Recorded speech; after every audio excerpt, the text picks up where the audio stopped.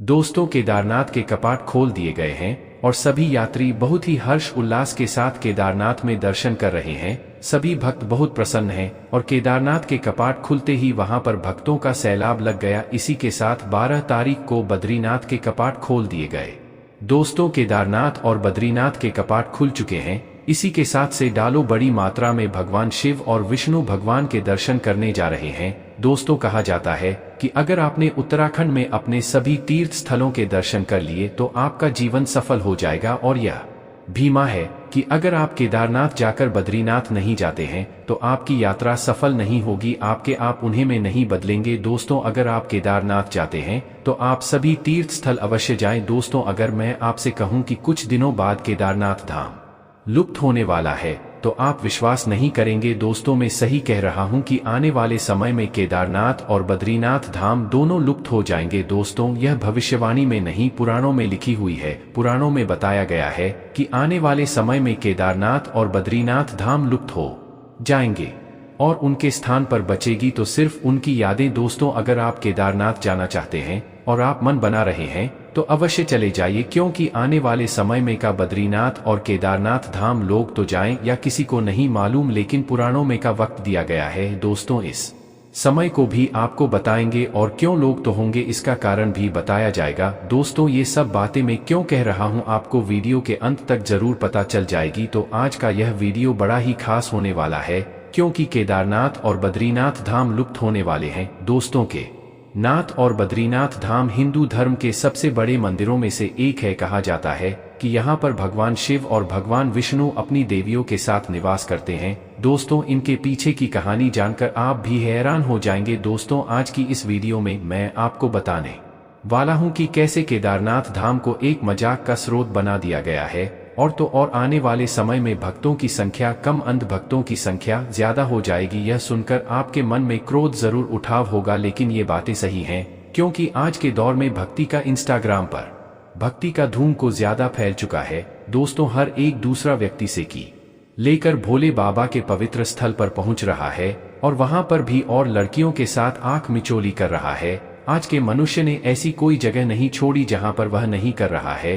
दोस्तों, ये सब सुनने में बहुत ही खराब लगता है और हमारी संस्कृति सभ्यता को बहुत ठेस पहुंचाई जा रही है। दोस्तों, को ही बना रहा है तो कोई ब्लॉग बना रहा है। इसी के चलते एक दिन ये दोनों धाम लोग तो जाएंगे। दोस्तों, वहां के लोगों ने आवेदन किया है कि यहाँ बड़े बूढ़े बुजुर्ग लोग ही आने चाहिए और इसके अलावा कोई भी युवा व्यक्ति यहाँ पर नहीं आना चाहिए, क्योंकि यहाँ पर भक्ति नहीं, इंस्टाग्राम पर रील कुछ ज्यादा बनाई जाती है। दोस्तों, इसको देखने से ऐसा लग रहा है कि वह दिन दूर नहीं जब केदारनाथ और बद्रीनाथ धाम अपनी जगह से लुप्त हो जाएंगे। दोस्तों, केदारनाथ और बद्रीनाथ लुप्त होने का एक कारण यह भी है, लेकिन इसके 6 एक और कारण हैं जो कि आपको मैं थोड़ी देर में बताने वाला हूं। दोस्तों, लुप्त होने की कहानी पुराणों में क्या लिखी है, चलिए आपको बताते हैं, और केदारनाथ और बद्रीनाथ धाम के क्या है रहस्य, इनसे भी आपको रूबरू कराएंगे। चलिए आज का यह वीडियो शुरू करते हैं। उससे पहले आपने वीडियो को लाइक और चैनल को सब्सक्राइब नहीं किया है कर दीजिएगा और कमेंट बॉक्स में सच्चे दिल से हर हर महादेव अवश्य लिखिएगा। तो चलिए आज का यह वीडियो शुरू करते हैं।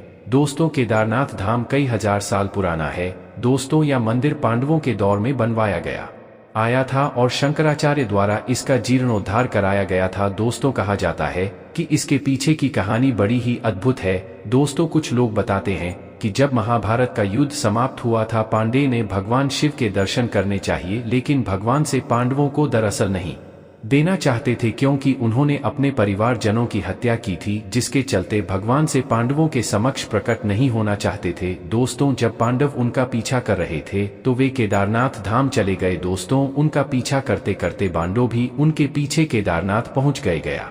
दोस्तों, शंकर भगवान पांडवों से बचने के लिए नंदी का रूप ले लेते हैं और गायों के समूह में चुपके से छुप जाते हैं। 260 पाउंड और इधर उधर जी को ढूंढ रहे थे, लेकिन किसी को भी सीयूजी नहीं मिले। दोस्तों, तभी उनकी नजर एक अनोखे बैल पर जाती है जो कि एक विचित्र लग रहा था। दोस्तों, तक भीम ने अपना स्वरूप बड़ा कर लिया और भी इन दो पर्वतों के बीच में खड़े हो गए। दोस्तों, उनके पैर के बीच एक करीब है बकरी निकल गए, लेकिन एक बैल वहीं रह गया। शंकर भगवान उनके पैर के नीचे से नहीं करना चाहते थे, इसलिए वे वहीं खड़े हो गए। दोस्तों, यह देखकर सभी हैरान रह गए और वे जान गए कि यह भगवान शिव जी हैं। और शिव जी 2 बड़े चतुर थे, वे वहां से हिलने का नाम नहीं ले रहे थे।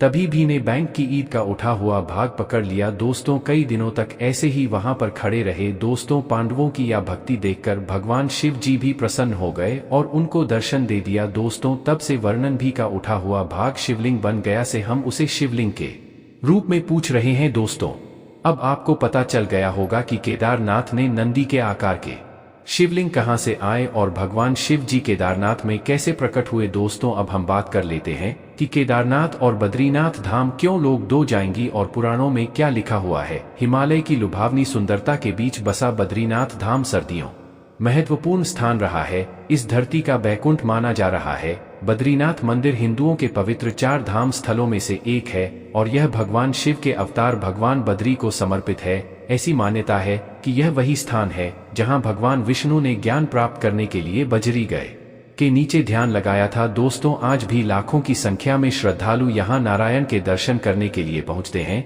लेकिन क्या आपने कभी सोचा है कि बद्रीनाथ धाम एक दिन लुप्त हो जाएगा। स्कंद पुराण के केदारखंड में सन्नद्ध संहिता में उल्लेख किया गया है कि 4 धामों में प्रसिद्ध धाम एक दिन लोप तो जाएगा। इसके पीछे कई अलग अलग कारण बताए जा रहे हैं। बद्रीनाथ जी से जुड़े कई ऐसे रहस्य हैं जो कि बेहद कम लोग ही जानते, तो आज मैं आपको बताने वाला हूं। बद्रीनाथ से जुड़े कुछ खास रहे हैं जो कि आपको नहीं पता। बद्रीनाथ कर रहे हैं केदार घाटी में 2 आहार मौजूद हैं, जैसे नर और नारायण पर्वत के नाम से जाना जाता है। दोस्तों बद्रीनाथ मंदिर समुद्र तल से 3133 मीटर 10,269 फीट की ऊंचाई पर स्थित है। यहाँ का मौसम हमेशा ठंडा रहता है और सर्दियों में यहाँ बहुत भारी होती है। यही कारण है कि इस मंदिर के कपाट साल में केवल 6 महीने के लिए खोले जाते हैं। शीतकालीन समय के दौरान कपाट बंद कर दिए जाते हैं और वसंत में फिर से श्रद्धालुओं के लिए कपाट खोल दिए जाते हैं। इस अवधि के दौरान भगवान बद्रीनाथ की एक मूर्ति को पास के गांव पांडुकेश्वर में ले जाया जाता है, जहां बद्रीनारायण के कालीन दर्शन किए जाते हैं। क्या सच में लुप्त हो जाएगा बद्रीनाथ धाम? पुराणों की भविष्यवाणी के अनुसार इस समूचे क्षेत्र के तीर्थ स्थल लुप्त हो जाएंगे। माना जाता है कि जिस दिन नर और नारायण पर्वत आपस में मिलेंगे, बद्रीनाथ का मार्ग पूरी तरह से बंद हो जाएगा और बद्रीनाथ के दर्शन नहीं कर पाए। पुराणों के अनुसार वर्तमान में केदारेश्वर धाम और बद्रीनाथ धाम लुप्त हो जाएंगी और वर्षों बाद भविष्य में भविष्य बद्री नामक एक तीर्थ का उद्गम होगा। बद्रीनाथ मंदिर धाम के पास ही एक अद्भुत तपकुंड है। इसके बारे में यह माना जाता है कि इसमें कुछ ऐसे औषधीय गुण हैं जो किसी बड़ी से बड़ी शारीरिक समस्या से छुटकारा दिलाने के लिए सक्षम है। मंदिर में प्रवेश करने से पहले इस कुंड में डुबकी लगाना तीर्थ यात्रियों के लिए महत्वपूर्ण माना जाता है। दोस्तों जब 6 माह के लिए बद्रीनाथ धाम के कपाट बंद होते हैं और भगवान नारायण ने ग्रामीण होते हैं, तो यहाँ एक अखंड ज्योति जलाई जाती है। दोस्तों या जो 6 कपाट बंद होने से लेकर खुलने तक लगातार जलती रहती है। दोस्तों या अचल ज्ञान ज्योति श्रद्धालुओं के लिए भगवान नारायण की महिमा का प्रतीक होती है। बद्रीनाथ धाम के बाद तिब्बत सीमा से पहले भारत के प्रथम गांव के रूप में एक गांव स्थित है।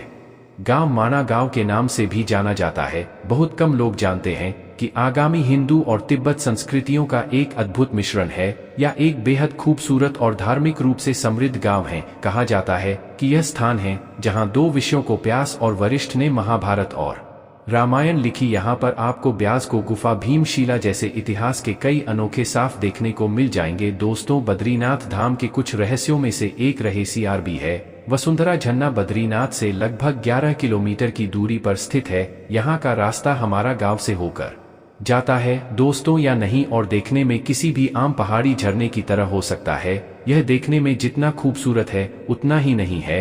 दोस्तों यह जानना 400 फीट की ऊंचाई से गिरता है। दोस्तों श्रद्धालुओं के लिए यह प्रकृति का बेहतरीन नजारा हो सकता है, लेकिन इस के पीछे का रहस्य इस झरने को और भी ज्यादा महत्वपूर्ण बना देता है।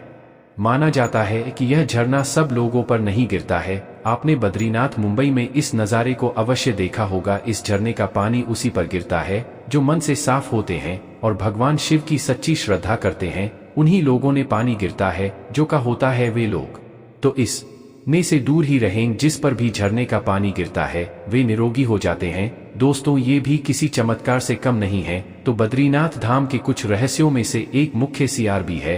दोस्तों बद्रीनाथ के लुप्त होने को लेकर दिया रहस्य है। दोस्तों यह कहानी जोशीमठ में मौजूद नरसिंह मंदिर से जुड़ी हुई है। मित्र ऐसी मान्यता है कि नरसिंह मंदिर में मौजूद नरसिंह भगवान की मूर्ति का एक आज हर साल लगातार पतला होता जा रहा है। पुराणों में यह लिखा है कि जिस दिन यह आदि पूर्ण रूप से मूर्ति से अलग हो जाएगा उस दिन से बद्रीनाथ धाम लुप्त हो जाएगा। इसके बाद भगवान बद्रीनाथ की पूजा जोशी से 22 किलोमीटर दूर सुबाई गांव में स्थित भविष्य बद्री ने की जाएगी। दोस्तों, ये थे बद्रीनाथ और केदारनाथ लुप्त होने का रहे हैं। अगर आपको इन रहस्यों को जानकर शराब भी अच्छा लगा हो तो वीडियो को लाइक और चैनल को सब्सक्राइब जरूर कीजिएगा और ऐसी और वीडियोज देखने के लिए हमें सब्सक्राइब जरूर करें। धन्यवाद।